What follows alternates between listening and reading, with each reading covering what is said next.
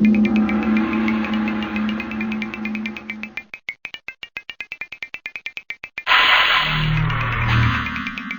this world existed, the first world lay in darkness and emptiness, with the exception of 6 beings. They were First Man, First Woman, Salt Woman, Fire God, Coyote, and Begochiddy, the child of the sun.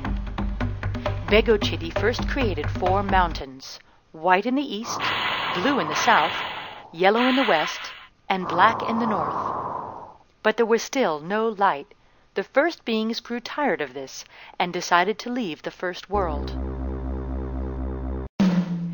At the center of the first world, Begochiddy planted an enormous seed, which grew into a tall, hollow reed. He then gathered all his creations and crawled inside. The reed grew out of the first world and into the second. The second world was light and blue.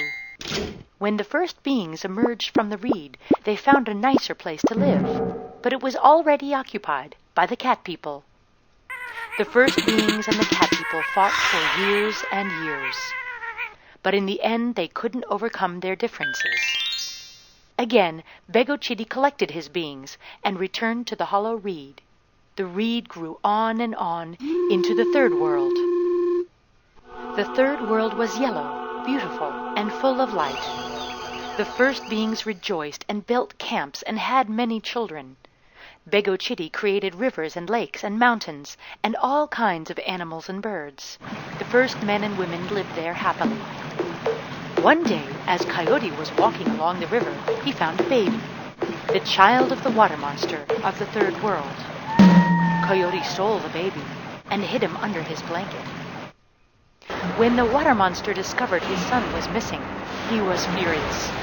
He sent vast rainstorms from all directions and flooded the third world. Begochiddy and his creations ran back to the hollow reed to escape and forced Coyote to give back the baby. But it was too late. The third world was entirely flooded.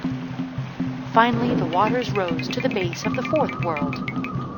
Locust helped to carve a hole into the next world, and all of Begochiddy's creations crawled out to set up their houses again. Begochiddy created mountains and set the moon, sun, and stars in the sky.